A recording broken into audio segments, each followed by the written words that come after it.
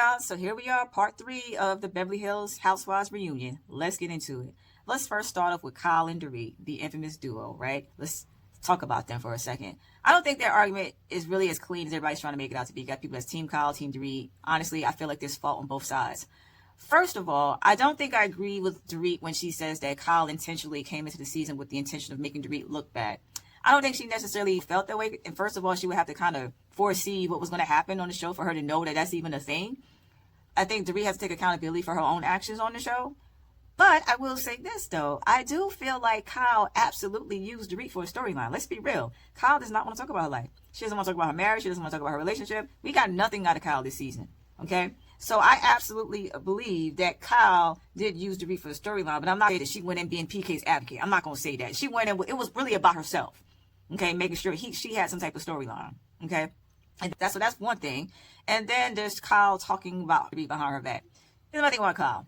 You already know Dorit's mad with you. You guys are not in a good place. So I'm not sure why Kyle felt the need to go and talk about Dorit to every single person. Now, granted, everybody has some comments, but she did stir it up with Amanda a lot of times. Like, she did go to Amanda and vent to Amanda about Dorit. And Amanda doesn't really even know Dorit like that. And she has made some comments or whatever. So she had to know that Dorit was going to get pissed off by the time she did find out that she was doing all this talking. Because let's be fair for a second. Nobody wants to hear that somebody, is talking about them. So what Kyle needs to realize is by the time she does confront Dorit with the things she said, Dorit is already mad because she didn't have to hear it from the street instead of hearing it from her directly what her issues were. That's what I think makes Dorit even more mad about the situation. But at the same time, I feel like Dorit talks out of two sides of her neck. Because on the one hand, she's, well, if you got something to say, you should come say it to me. Just come say it to me. You don't need to tell everybody. All you got to do is come say it to me. But whenever people do try to talk to her, she gets defensive. I mean, she got defensive all throughout the reunion. And even when Erika approached her in Italy about her being late, she got defensive and accused her of being one of Kyle's minions. So it's like, okay, so what do you want? Do you want people to be able to approach you and talk about things? Or do you not? So I feel like Kyle was kind of in between a rock and a hard place because she can't talk to her directly. That's a fight. If she talk about her, that's a fight. So Kyle was just she was in a hard place. And maybe in her mind, she thought she was getting the word back to Dorit. I have to say, Erika had even told Kyle, look, after the first time they got into the argument about talking poorly about PK's finances, when they found out that Amanda and Kyle was agreeing on it, Erika did say, look, I think you just got to stay out of it at this point. And Erika was right, because it's clear that Dorit didn't want to discuss it with Kyle, so you got to leave it alone. But Kyle, of course, kept pressing for her own reasons. She kept pressing so the storyline could go. And if we're being real, it helped Dorit too, right? Like, that was the main thing they was arguing about. And we're going to be real about it. And then here's one thing I got to point out where Bose is concerned between the two of them. And I know I've discussed this before, but I do still feel like Bose is a little bit crafty, right? Because she tries to present herself by saying that she aligns with Kyle and said, well, I do feel like Kyle is concerned about you. But at the same time, I still feel like she fanned the flame. Let's be real. She is the one who started that argument between Kyle and Dorit. Because here's my problem with Bose, okay? When Bose went back and relayed the story to Dorit, she told Dorit that Kyle called her, when in all reality, we saw Bose called her. We also saw that Bose made comments, just like when they replayed it during the reunion. She talked about her looming financial situation. She had comments too. So the way I see it, when she went back to Dorit, what she should have said was, we have concerns. But she didn't say that. She said, Kyle has concerns. And she started discussing the comments that Kyle made, not necessarily the comments that she made. So to me, that's messy. So it's easy to be like, oh, I do think Kyle is concerned about you. It's easy to try to smooth it over after the point when you didn't already lit the match. Because you're the one who brought the discussion back. So I do feel like Bose need to take a little bit of accountability, which doesn't seem to be a strong suit for her. And we'll get into that later. But she does got to take a little bit of accountability that you did bring it back messy. Because like I said, if you're going to tell something back, you got to bring everything. But instead, you carried the bone to start this fire between Dorit and Kyle. And now you're like, well, I do think she's concerned. But it's too late at that point. If she would have presented it right the first way, if she would have said, hey, we have concerns, then I don't think it would have been as big as it gotten. Maybe. Right? So I still feel like Bose was being a little bit messy on that. Now, granted, Kyle may be deflecting, but if we gonna be real, Kyle is right about what she's been saying about Dorit. I mean, Dorit just doesn't really want to hear it, but everything Kyle has been saying really is for her benefit, right? So you really shouldn't be talking about PK on a national platform where you're going through a divorce, and you really do have to monitor your spending, right? You're already in a position where you're in a pre-foreclosure, right? So you have to be a little bit more mindful going forward. Like, you can't be on TV seen spending a whole bunch of money. And I think about it, it's one thing for her to come on the show and spend money, okay? But Dorit be acting like she lost her mind whenever she go in the store. That's the problem too. Like, it might be one thing if the camera just show her picking up a couple things here and there. Oh, she's like, oh, I'm gonna get this. Oh, I'm gonna get a whole new wardrobe. People gonna look at you sideways, knowing your circumstances, right? PK is gonna look at you sideways. And she keeps trying to make it seem like Kyle is the one pointing things out to PK when it's all on TV. We see it. We don't need her to point anything out for us.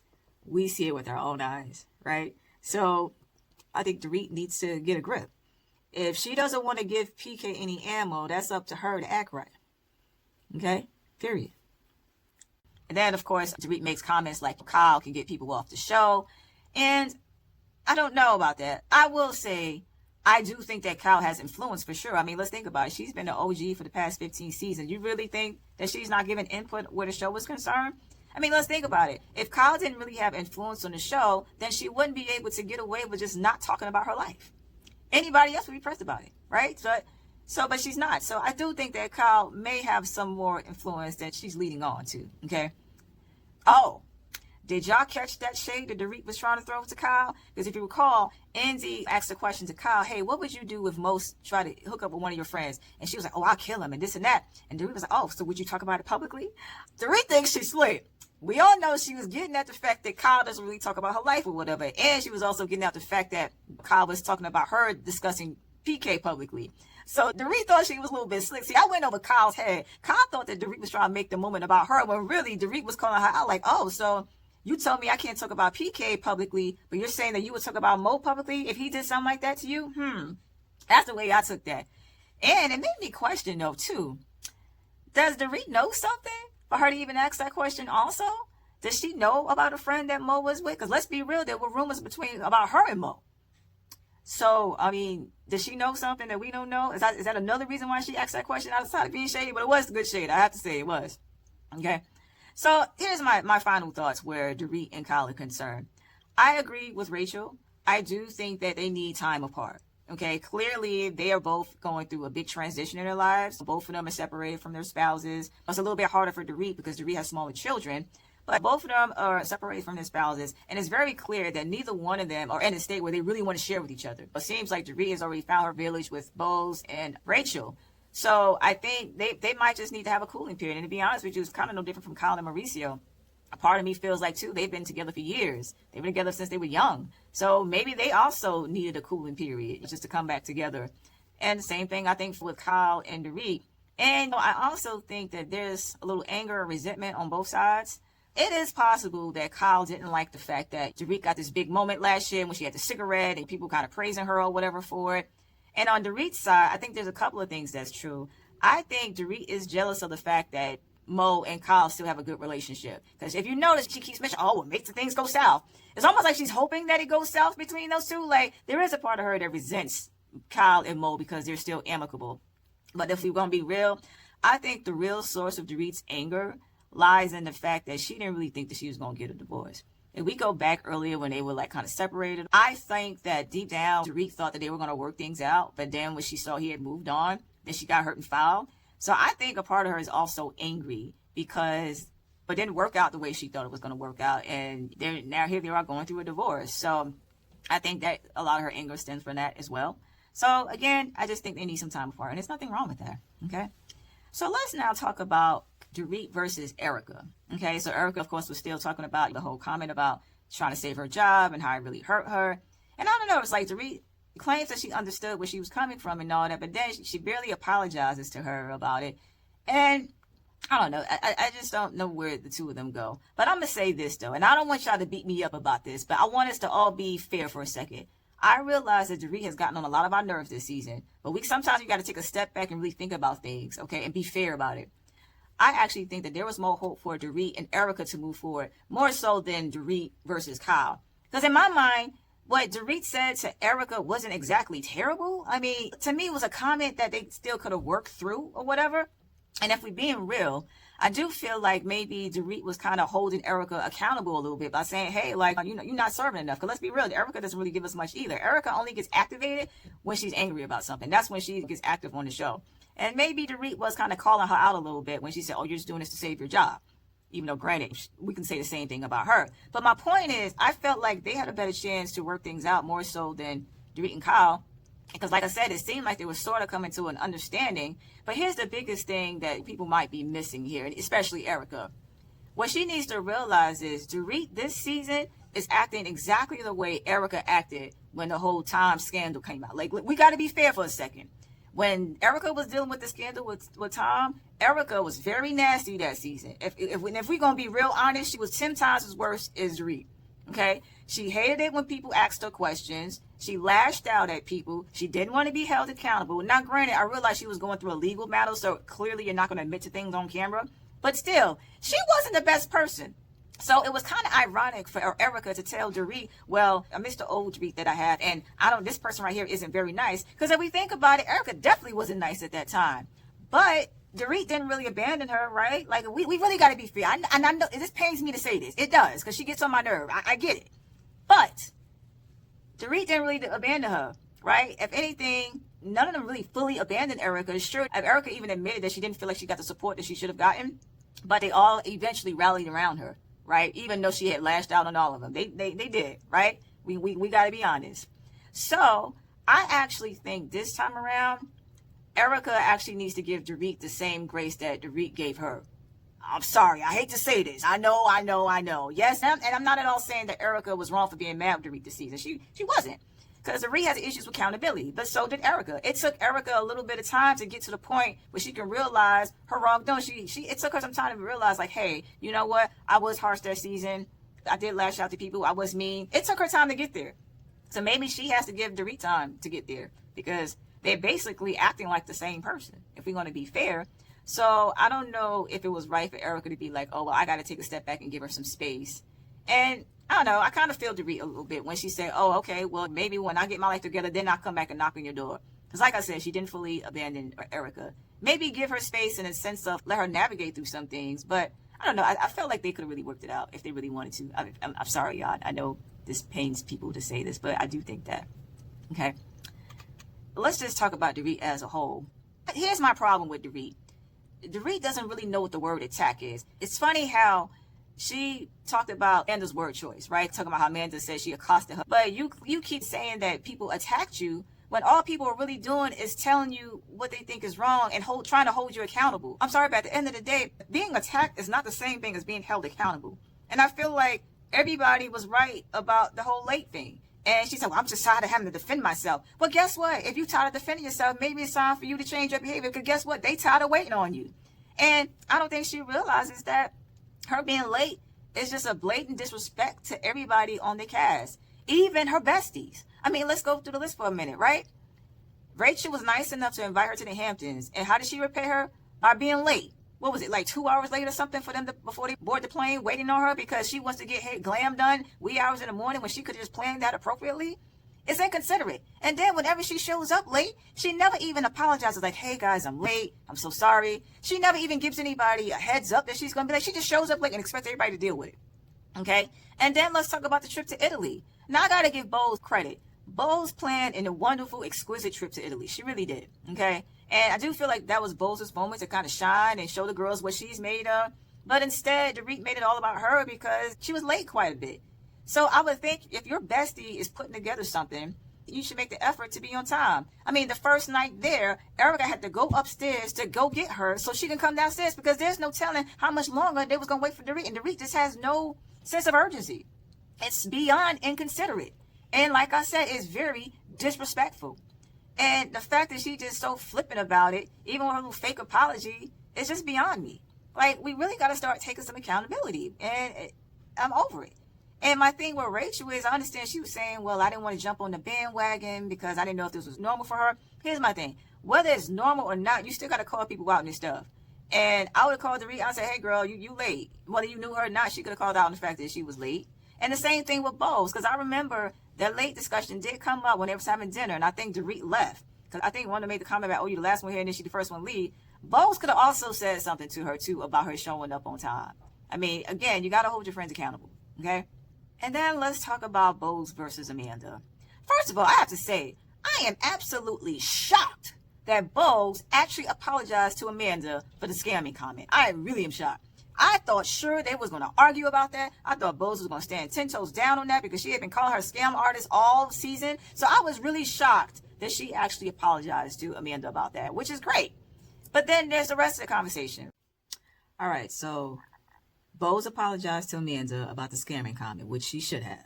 But her reasoning was that she was so mad with Amanda because Amanda kept comparing herself to her. And I'm like, girl, have you forgotten? You were really the one who did that. You were the one who kept comparing yourself to Amanda. And let's not forget about the whole chat GPT thing, right? Like, you were the one who had to feel the need, oh, let's search Amanda, now let's search you. And even the producer even brought up the fact that she was trying to say she was jealous of her, but the producer was the one who said, hey, why do you think Bose keeps comparing your accomplishments? And then that's when Amanda said, well, because my course makes more money than yours. Well, what else is she supposed to say? If you keep coming for her, of course she has to defend herself at some point. So I do feel like she's twisting the narrative once again in her favor. And it's just like, girl, you're just trying to recreate history. Like, you were the one who really came for her, right?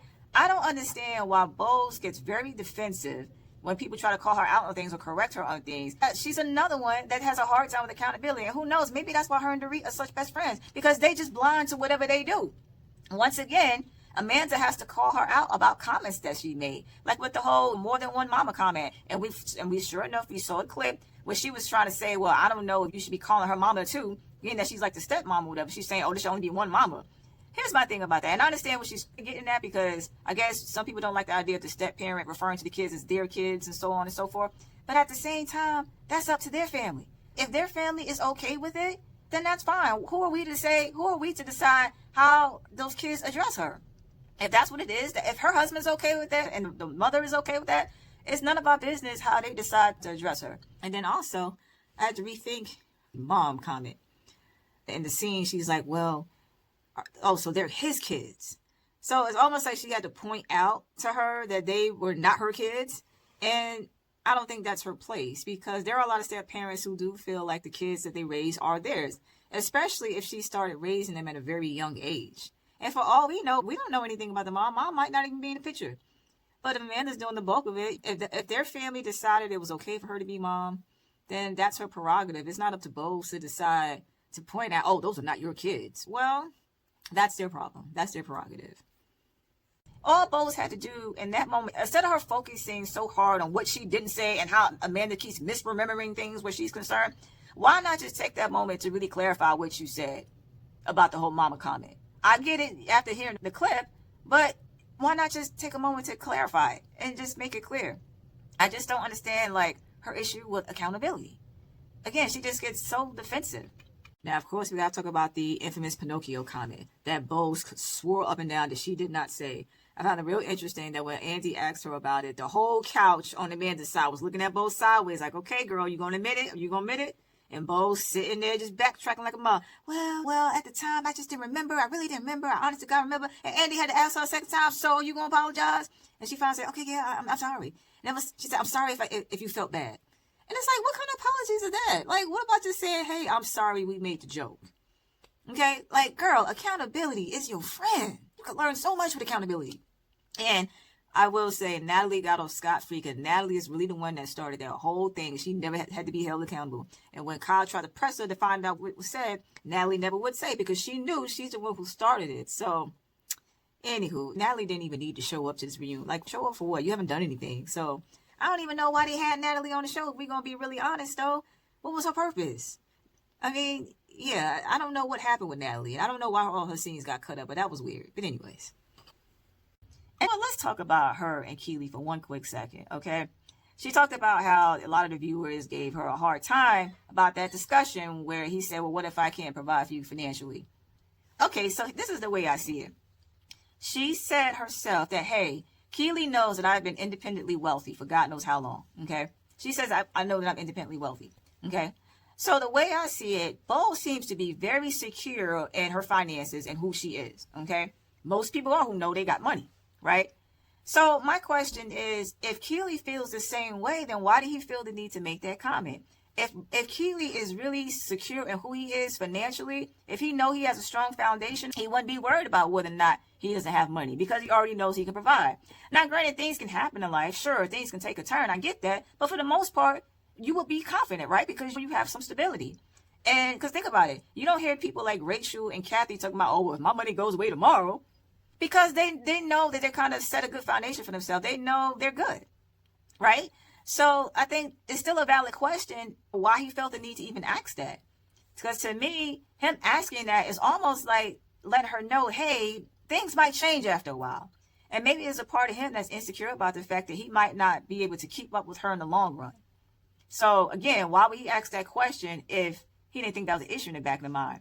Kind of same thing with her, right? In that same conversation, she asked him, okay, well, what if I can't have this baby? Think about why she asked the question. She asked the question because she knew that there's a good chance she couldn't, right? So again, same thing. So yeah, people got a right to be like, you sure about this? But hey, that's her bag. So only she knows what's going on with her relationship, okay? Let's talk a couple things about Sutton, okay? So first off, they talk about the whole room assignment where she roomed with Amanda and back in Italy, and Dorit accused her of doing that to appease Kyle, which I don't know if that really makes a lot of sense to me, but whatever. But I will say this, though. I don't know if Sutton's explanation made a lot of sense, too, because one of her issues was the fact that they had initially suggested that she roomed with Jennifer because they were really close, and then her response was, no, that's not fair enough. She's a big movie star. But when was that ever a problem, though? And y'all can help me out because maybe I'm not remembering things correctly, but I could have sworn there was a trip where Jennifer, Sutton, and Garcelle all roomed together. And I feel like it was a trip they went to the islands. Matter of fact, that trip might have been last year. I feel like the three of them roomed together. I don't recall Sutton ever saying, oh, I can't room with Jennifer because she's too big for me. I don't even know if that makes sense. They're friends. Why wouldn't they room together? That's not even a big deal. So her using that as an excuse didn't seem right. And she's right, somebody had to do it. But I also feel like, too, like, Amanda rooming with Natalie should have never even been an option. I don't know about Sutton's explanation on that. But here's the thing that really stuck out for me with Sutton. When Sutton is explaining that, and then she goes on to say, I'm not that smart. I don't play war games. What? What are you talking about? What do you mean you're not that smart? You don't play war games. Have you forgotten who you were when you were with Garcelle? Y'all was always plotting. Now, granted, they were right about the stuff that they was talking about, but they always was conspiring. Or how they was going to out somebody and all of this kind of thing. Y'all absolutely was strategic. So why all of a sudden you want to dumb yourself down? Oh, I'm not that smart. I'm too dumb to think of something like that. Where is that coming from?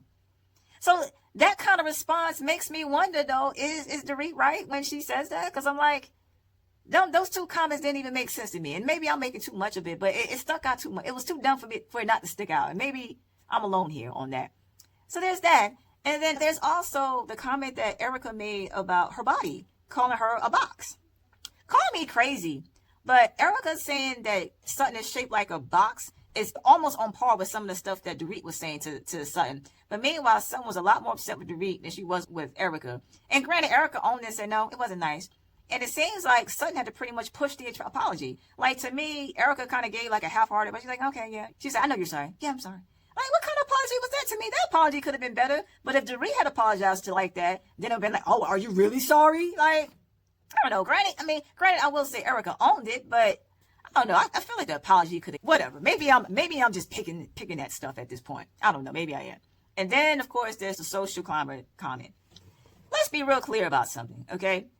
Sutton gets $300,000 a month in alimony alone. And that wasn't even including how much she used to get from child support, okay? You want to know what that kind of money tells me? That kind of money tells me that you already have your standing in society. Okay? So I don't think that there's a universe where Sutton needs to climb because Sutton is already there. Okay? And if we're going to be honest, I feel like Dorit's a little bit of a hater because we all know that Dorit is the one who's really the social climber.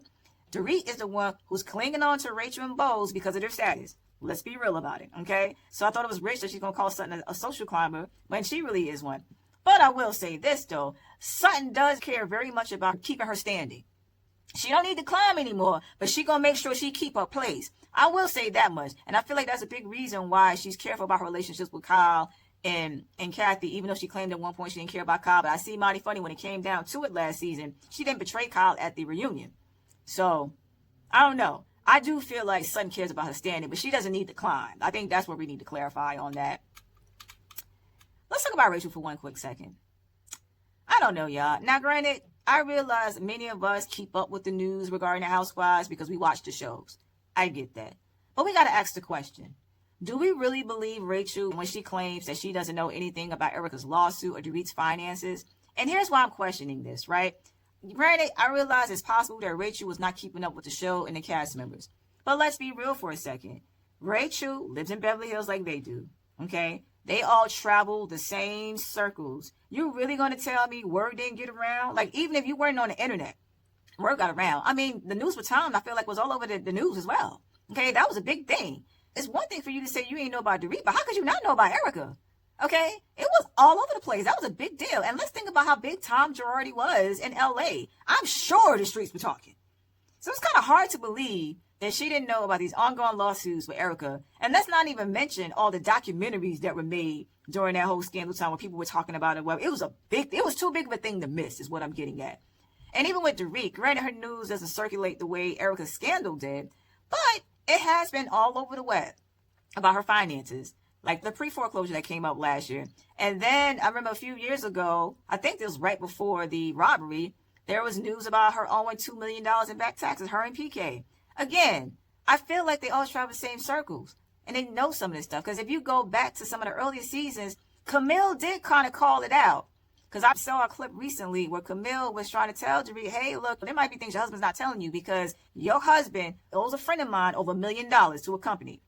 So for Camille to even get that type of information, and again, I don't know, maybe I'm reaching, but I just find that weird. And y'all can correct me also if I'm wrong, but I felt like during the after show, some of them that they kind of Googled everybody. I know Jennifer said she did, that they kind of Googled everybody before they went on the show. And that's my other thing. Are you going to tell me that you signed up to be on this show and then take a couple of minutes to Google who's all on the show and just get some basic background information? Because frankly, I feel like if you Google Dorit, a lot of that stuff will come up. So again, y'all, I don't know. Maybe I'm reaching. Maybe she genuinely stays in her bubble and she really does not know what was going on with those two people. But I find it very hard to believe. Okay. So y'all, I guess season 15 is in the books. I think I'm going to do a follow-up video talking about who should stay, who should go, what should change for next season. But I think the overall issue that I think many of us has been having is that we just need more transparency. Because if we being fair, I know I beat Kyle down last video recap about her not sharing, but she's not the only one. Sutton has not really given us much. Okay, she really has not. It's like, what are you doing? I don't even know what Sutton's doing anymore. And same thing with Erika. I feel like it's gotten to the point where they've given us very small snippets of what's going on in their lives. And I have to say it, but Katrina Dorit has been sharing a little bit more with the inclusion of Amanda as well. And also, Jennifer Tilly was really quiet this reunion. Kathy did speak up on behalf of her sister, but like Jennifer Tilly really didn't have much to say. And it would have been nice to get more feedback from her because sometimes when she talks, she does add something to the discussion. But I don't know, y'all. This was it. I don't know how we feel about it. It was kind of all over the place a little bit. Amanda and Dorit kind of got settled out. I'm okay with the way their argument ended, but I don't know. But anyway, y'all. All right, so if you like this content, don't forget to like and subscribe. So I'm happy. I would love to hear what y'all think. Tell me what y'all thought about the reunion. Was there any takeaways for y'all? Was there something that y'all saw that I didn't mention? But more importantly, who are we talking about next? Who's been watching Atlanta? Should we talk about Atlanta? What about Rhode Island? I'll even watch scripted shows too. I watch a lot of that too. So I would love to also know in the comments who we want to fight about next. Let me know. I'll see y'all next time.